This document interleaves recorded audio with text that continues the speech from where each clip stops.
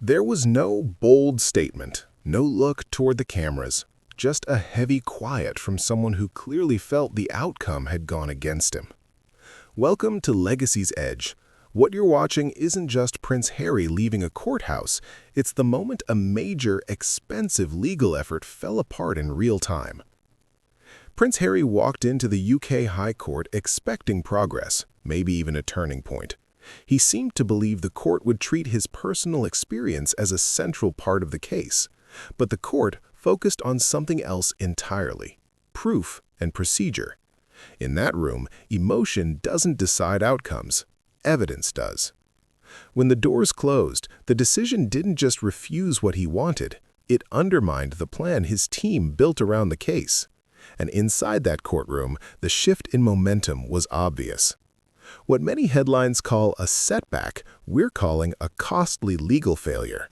In the next few minutes, we'll break down the key issue his legal team couldn't get around, the large legal costs he may now face, and how Prince William reportedly handled a similar challenge years ago without losing money. To understand why this case collapsed so quickly, you have to picture the setting. This wasn't a TV interview with friendly questions. This was the High Court. Formal, strict, and built on rules that don't bend easily. And in that environment, timelines matter more than feelings. Prince Harry's legal team was trying to sue news group newspapers over alleged phone hacking linked to events from the mid-2000s, when he was much younger. But there was a major legal barrier in the way: the statute of limitations, a rule about how long someone has to bring a case. To many people, it sounds like a technical detail. In court, it can decide everything. Here's the simple version. In the UK, you typically have 6 years to file a claim after you discover you may have been wronged. 6 years, not 10, not 20. Now look at the timeline described in court. The case was being pushed in 2024, but it was pointing back to around 2004. By standard legal timing, that is far beyond the usual window. Prince Harry appeared to believe the court might allow an exception because of the seriousness of what he said happened and the impact it had on him. He spent time on the witness stand speaking about ethics, tabloid behavior, and what he described as a wider public issue. He framed it as a mission, not just a personal complaint. But the judge, Mr. Justice Fancourt, did not treat it like a moral debate. Reports from observers describe him as highly analytical and not easily moved by emotional presentation. While Prince Harry spoke at length, the court kept returning to the same practical question. And then came the moment that changed everything. The judge's focus wasn't on feelings or history, it was on timing. In plain terms, the court wanted to know, why is this being brought now? If the issue mattered this much, why wait so long to take legal action? Witnesses described Prince Harry as looking down, not so much accepting defeat, but appearing stunned by how strongly the court centered the deadline. In that moment, it became clear the case wasn't being judged by the story alone, it was being judged by the legal timeline. That's when the central problem became unavoidable. In the eyes of the law, missing a deadline doesn't change just because someone is famous. A late filing is still a late filing. At that point, Prince Harry's team turned to an alternative explanation, what he described as a secret agreement. He suggested this was the reason he didn't sue earlier. His claim was that there had been a private understanding involving Buckingham Palace and the newspaper group. According to him, the idea was to avoid a public court fight. The royals would hold off on suing, and the newspapers would later apologize and settle quietly. He presented himself as someone who could not act freely because of that arrangement.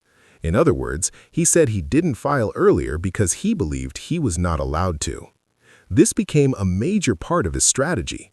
If the judge accepted that explanation, it could potentially affect how the time limit was applied. But Mr. Justice Fancourt's ruling did not go that way. The judge didn't simply disagree, he examined the claim closely and asked for something basic. Where is the evidence? According to the ruling, Prince Harry did not provide a signed agreement, written confirmation, or clear records that proved the arrangement existed. Instead, the argument relied mainly on his personal recollection and broad statements. The judge also noted that parts of the testimony about this alleged agreement were unclear and inconsistent. And with that, the secret agreement argument failed to convince the court, making the time limit problem even harder to escape. What made the court's decision even more damaging was this. The judge found that Harry's own lawyers at the time appeared to know nothing about this supposed airtight deal. Think about that for a moment. A legal arrangement so important, yet even the lawyers involved were unaware of it. The court then reviewed the timeline closely and uncovered details that directly challenged Harry's version of events. According to the ruling, Harry had known about phone hacking concerns years earlier. He had spoken with legal advisors in the past. He was not powerless or isolated. He was a wealthy individual with access to top legal guidance. The judge concluded that Harry did not fail to act because of a hidden agreement. Instead, the court suggested he simply did not move forward at the time. There was no solid factual reason to pause the legal deadline. In the court's view, the idea of a secret agreement became a convenient explanation for delay, not a proven obstacle. The ruling made it clear, Harry wasn't prevented from acting by the palace. He was stopped by his own hesitation. The court focused on facts, not theories, and once the argument about the secret agreement fell apart, the case itself quickly unraveled. But the hardest moment wasn't just losing the argument.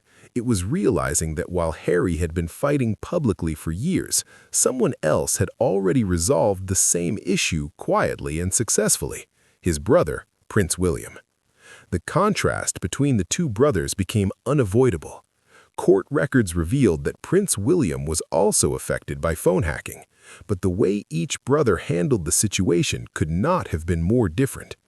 Harry's own written statement unintentionally revealed that Prince William settled his case with the same publisher back in 2020. While Harry was working on documentaries and speaking publicly about the issue, William was privately negotiating through legal channels. The settlement details remain confidential, but court documents confirmed it involved a significant payment. William resolved the matter, held the publisher accountable, and did so without publicity, without headlines, and without drawing his family into a public dispute. This difference in approach reshaped the entire narrative. One brother chose discretion and resolution. The other chose confrontation and exposure. Legal experts describe it as a contrast between strategy and reaction. William focused on closing the issue and protecting the institution. He understood that a public trial could reopen wounds and create lasting damage, so he used the leverage available to him, reached a settlement, and moved on. Harry chose a different path. He didn't just want compensation, he wanted public accountability. He wanted the issue played out in full view. But that decision led to a very different outcome. Instead of receiving a settlement, Harry now faces significant legal costs.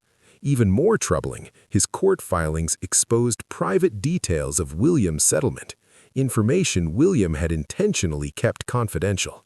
In trying to save his own case, Harry revealed his brother's strategy. Ironically, Harry pointed to William's settlement as proof that a secret agreement existed. He argued that because William resolved his case later, he should also be allowed to proceed despite the delay. The judge disagreed. The court saw one brother who acted within the system and another who waited too long. One followed the rules, the other tried to challenge them, and the system protected the one who understood how it works. This comparison removes the idea that Harry had no options. He had the same access, the same resources, and similar legal support. The difference was not opportunity, it was decision-making. As Harry left the courtroom, he wasn't just facing a legal loss. He was confronting the realization that his brother had already solved this problem years earlier, quietly and effectively. And the financial consequences are serious. Because Harry chose to fight instead of settle, he triggered a rule in British law that can be extremely expensive. The losing side often pays both sets of legal costs. Unlike in the United States, where each party usually covers their own lawyers, The UK system often requires the unsuccessful side to pay for the winner's legal expenses as well. With Harry's claims dismissed due to timing, the court ruled that he must cover significant legal costs for the publisher. In an earlier hearing alone, he was ordered to pay nearly £50,000 after losing a procedural argument.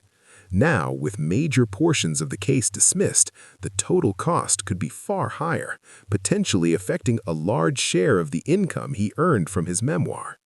There is a deep irony here. Harry says he is fighting to stop the press from profiting from his life. Yet by losing these legal battles, he is effectively funding their legal defense. Each failed claim adds to the bill he must pay. This reveals a serious flaw in the strategy.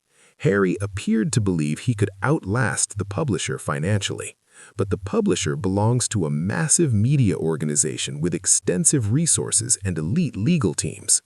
This was not careful planning, it was persistence driven by emotion.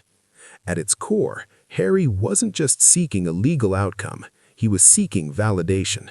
Observers noted that he approached the courtroom as if it were a place for personal resolution, not legal analysis. In media and entertainment culture, sharing personal truth often brings support, but courts operate differently. They deal in rules, timelines, and written proof. Harry believed the weight of his experience would matter most. The court made clear that timing mattered more. The judges did not deny that harm may have occurred. They ruled that the law could no longer address it. That realization was visible during the trial. When the focus stayed on dates instead of emotions, Harry appeared stunned. The system was not offering comfort, it was applying procedure. The case ended not with drama, but with dismissal. And the lesson is simple, even if it's uncomfortable. Being morally convinced doesn't guarantee legal success. Courts require action within the rules, no matter who you are. Harry spent years trying to correct the past, but in doing so, he failed to protect his future. Sometimes strength isn't about continuing a fight. Sometimes it's knowing when to step back. Now the question moves to you. Do you see Harry as someone standing on principle, or someone spending too much on a case that could no longer succeed? The courtroom chapter may be closed, but the consequences are still unfolding.